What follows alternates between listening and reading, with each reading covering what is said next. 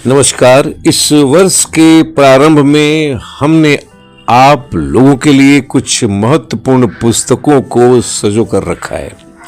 ये पुस्तकें इसलिए महत्वपूर्ण हैं क्योंकि इन पुस्तकों ने हिंदी गद्य साहित्य के कहानी, उपन्यास या कथा के क्षेत्रों में अपने आयाम को काफी आलोकित किया है और यह प्रमाणित कर दिया है कि हिंदी साहित्य का आलोक हमेशा ज्योतिर्मान रहेगा। इस कड़ी में हम तीसरा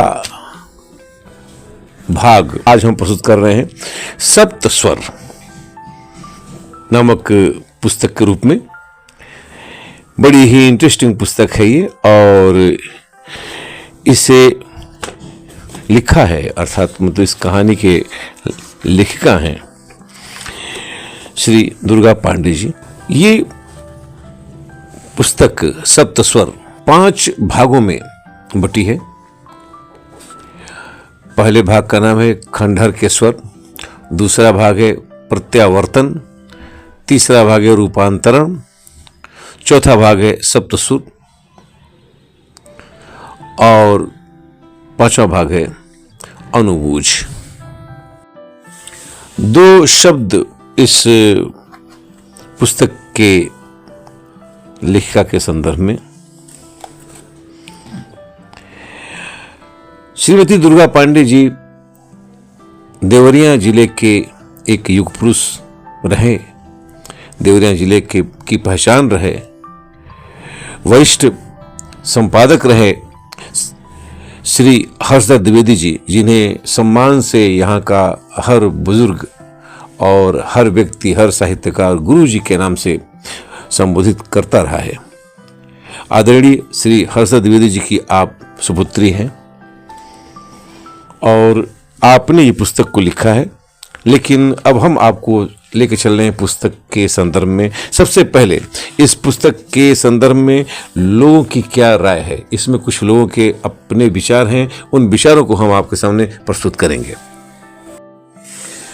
दीनदयाल उपाध्याय विश्वविद्यालय गोरखपुर से सेवानिवृत्त प्रोफेसर रामदेव शुक्ल जी, जो कि पूर्व अध्यक्ष रहे हैं हिंदी भाग के, उनका विचार है इस पुस्तक के संदर्भ में। उन्होंने लिखा है कि दुर्गा पांडे की कथा में प्रेम, सौंदर्य, स्त्री पुरुष का परस्पर आकर्षण, मुग्धता, मोहभंग, पुनर्मिलन जैसे सरस प्रसंग तो हैं, किंतु आजकल कामुकता का जो चलन है उसका स्पर्श तक नहीं है। यह सर्वथा नए प्रकार का उपन्यास है जिसका भव्य स्वागत होगा। नागरी प्रचारिणी सभा देवरिया के वर्तमान अध्यक्ष आचार्य परमेश्वर जोशी जी का विचार है। नागरी प्रचारिणी सभा के प्राण गुरुवर पंडित श्री हर्षदत्त द्विवेदी जी के जीवन से संबंधित एक आलेख अश्वस्थ की छांव जय नागरी में प्रकाशित हुआ, जिसे उनकी विदुषी पुत्री श्रीमती दुर्गा पांडे जी ने अपने शब्दों में पिरोया है। उसे पढ़कर मैं अवाक रह गया। आगे लिखते हैं, दुर्गा पांडे जी इतनी सुगढ़ एवं लालित्यपूर्ण कल्पनाशील लेखन में सक्षम है, यह देख मेरी अंतरात्मा को लगा कि मेरी छोटी गुरु बहन मेरे उस बोझ को हल्का करने में समर्थ है जो मुझे सालता रहा है कि गुरुवर श्री हर्षदत्त जी की कोई पुस्तक प्रकाशित नहीं हुई, जिसका दोषी मैं ही हूं। जो प्रयास मुझे उनके दिग्दर्शक में छपे आलेखों, रचनाओं के संकलन के लिए करना चाहिए था, वह नहीं किया। मैंने मन की बात बहन दुर्गा से कही कि जो काम गुरुवर द्वारा नहीं हुआ वह तुम्हारे माध्यम से हो जाए। पुत्र या पुत्री के रूप में आत्मा स्वयं का ही विस्तार पाती है। आत्मा वै जायते पुत्रः। आज यह उपन्यास सप्त स्वर मोहक रूप में मेरे सामने है, बहुत ही मनोहारी बन पड़ा है। मैं फूला नहीं समा पा रहा हूं। कामना है इस डाली में इससे भी सुंदर सुंदर बहुत सारे फूल खिलते रहें। आचार्य परमेश्वर जोशी, अध्यक्ष नागरी पछाड़ी सभा Deoria. BRD PG college Deoria से सेवानिवृत्त एसोसिएट प्रोफेसर हिंदी विभाग प्रेमशिला शुक्ल जी ने लिखा है, इस उपन्यास के कथानक पर थोड़ा सा प्रकाश डालते हुए हम इनके लेखनी को पढ़ेंगे। आदरणीय प्रेमशिला शुक्ल जी ने इसमें लिखा है कि कथा के तार गांव के परिवर्तन की प्रक्रिया से जुड़े हैं। उपन्यास को पढ़ना इस प्रक्रिया से गुजरना है। परिवर्तन का नायक है सुकांत, सहनायक विक्रम है। इन दोनों के प्रयास से गांव में पूरा एक दल तैयार हो जाता है, जिसके सदस्य सहृदयता से कम सुख सुविधाओं से भी रहकर बिना शहरी सुख का लोभ किए वंचितों के बीच काम करना पसंद करते हैं। स्त्रियां सही अर्थों में पति की सहचरी के रूप में कार्य करती हैं, साथ ही स्त्रीत्व को भी प्रकाशित करते हुए अपने व्यक्तित्व को संवारती हैं। ऐसे समाज को आदर्श किंतु अत्यंत विरल कहा जा सकता है। उपन्यास में आध्यात्मिक प्रकाशयुक्त वाक्यों का कलात्मक प्रयोग इसे विशिष्ट बनाता है। एक पठनीय रचना के लिए बहन दुर्गा पांडे को बधाई। पूर्व प्राचार्य एवं नागरी पछाड़ी सभा देवरिया के पूर्व मंत्री श्री इंद्र कुमार दीक्षित जी के विचार से इन्होंने इस पुस्तक सप्त स्वर को पाठकीय अभिमत के रूप में अपनी बात लिखी है। हम संक्षिप्त में आपके सामने प्रस्तुत कर रहे हैं। संयुक्त परिवार निरंतर टूट रहे हैं। ग्रामीण परिवेश भूतहा और उजाड़ हो रहे हैं। प्रदूषित वातावरण तथा केवल अपने लिए जीने की पैशाचिक सोच ने जीवन की सुख शांति छीन ली है। इन सब का समाधान तलाशती वैदृश्य और संवेदना को समेटे श्रीमती दुर्गा पांडे की औपन्यासिक कृति सप्त स्वर उमस भरे वातावरण में शीतल मंद बयार के सुखद झोंके की तरह हमारे सामने है। इस उपन्यास में लेखिका ने अपने पुरखों की जन्मभूमि रामपुर गांव और उसके इर्द गिर्द के परिवेश का कथात्मक ताना बाना बुना है और उसे अपने साहित्यिक विवेक के कौशल पर ढालकर इतनी बारीक और निपुणता से प्रस्तुत किया है कि सब कुछ मानो जीवंत फिल्म के रूप में मानस पटल पर चलता हुआ प्रतीत हो रहा है। श्री इंदु कुमार दीक्षित जी ने आगे इसमें लिखा है, श्रीमती दुर्गा पांडे की औपन्यासिक कृत गांव की आत्मा को स्पर्श कर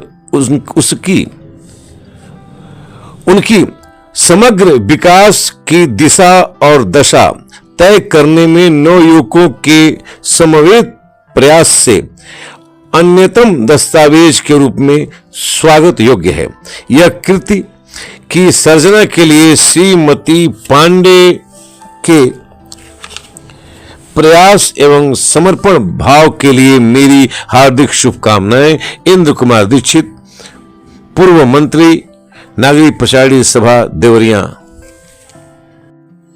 इस पुस्तक के संदर्भ में डॉक्टर दिवाकर प्रसाद तिवारी के शब्द, बीती सदी और पूर्वी उत्तर प्रदेश के परिवेश तथा सांस्कृतिक रचाव में बसती मिटती जीवन रेखाओं का शब्द चित्र इस संस्मरणात्मक उपन्यास या बृहद कथा में जिस तरह श्रीमती दुर्गा पांडे ने उकेरा है, वह कथा के समकालीन प्रवृत्तियों को अतिक्रांत कर भाव विचार के धरातल पर अंतर्द्वंद और जीवन संघर्ष की नवीन भूमियों का रूपायन है, जो पात्रों की मनोवैज्ञानिक तरंगों को प्रगति के पास ले जाकर छोड़ देता है। शायद यही उत्तर आधुनिक मनुष्य की नियत भी है।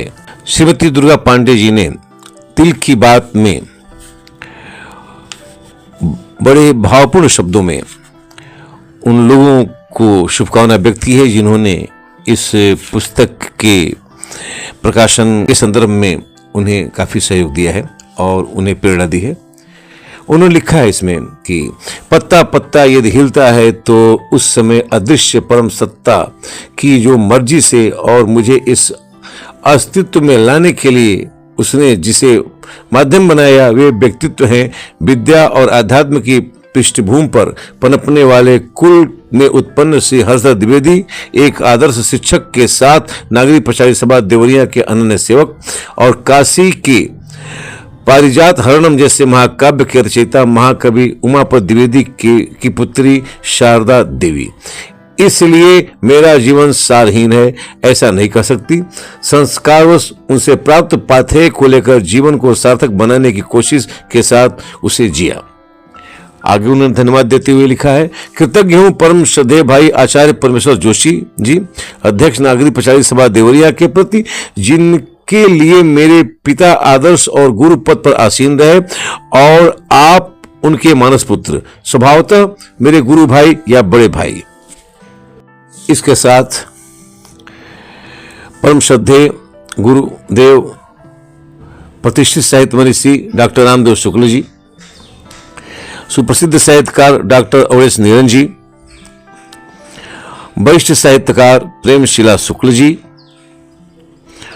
ऐतिहासिक पुस्तकों के लब्ध प्रतिष्ठित लेखक डॉक्टर दिवाकर प्रसाद तिवारी जी और नागरिक प्रचार सभा देवरिया के पूर्व मंत्री भाई इंद्र कुमार दीक्षित जी और प्यारी शिष्या वरिष्ठ कवित्री सरोज आर्या,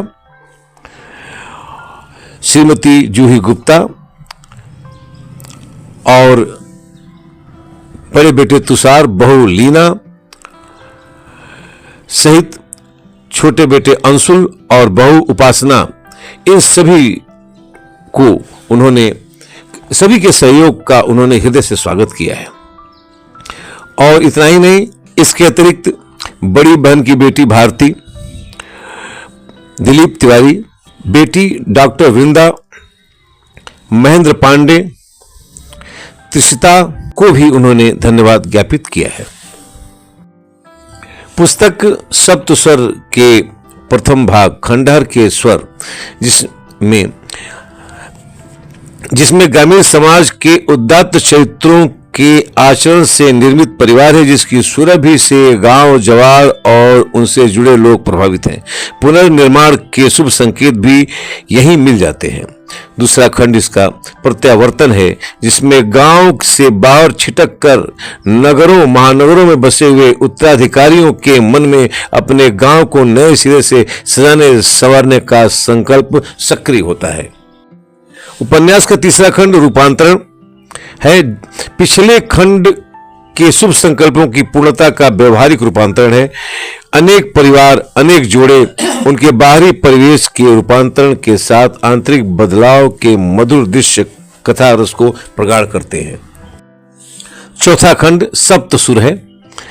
रंग मंचीय भाषा में कहा जाए तो मंच सुसज्जित हो चुका है। उस पर कथा पात्र पूरी निष्ठा के साथ अपनी अपनी भूमिका निभाते चल रहे हैं। प्राकृतिक शोभा, कलात्मक आकृतियां, ध्यान, बागवानी, अस्पताल प्रबंधन और भविष्य में अर्थ प्राप्ति के लिए लगाए जाने वाले वृक्षों की सुनियोजित प्रजातियों की पंक्तियां पाठक के मन में लेखिका के प्रकृति प्रेम के साथ उनकी भाषा के विविध रूपों के प्रति कौतूहल जगाती है। और पांचवा और अंतिम खंड अनुगूंज बदले कलेवर वाले गांव की भौतिक समृद्धि के साथ भारतीय दर्शन और अध्यात्म की अनुगूंज से सुवासित है। दुर्गा पांडे जी की ये पुस्तक सप्त स्वर निसंदेह बहुत ही अच्छी है। अपने शब्दों में बांध लेने के साथ साथ साहित्यिक प्रभाव को भी छोड़ती है और अपना एक स्थान बनाती है। आज के समय में ऐसी पुस्तकों को देखने के बाद गर्व होता है। हम आपसे अनुरोध करेंगे कि अवश्य ही आपके पास ऐसी पुस्तक होनी चाहिए, जिससे कम आने वाले समय में जो लोग इसे पढ़ें वह जाने कि हमारे इस क्षेत्र के परिवेश में, देवरिया क्षेत्र में कैसे कैसे सुंदर और अच्छी अच्छी पुस्तकें भी आती रही हैं। संपदा न्यूज इस सप्त स्वर के लेखिका श्रीमती दुर्गा पांडे को हृदय से धन्यवाद प्रस्तुत करता है। नमस्कार, धन्यवाद।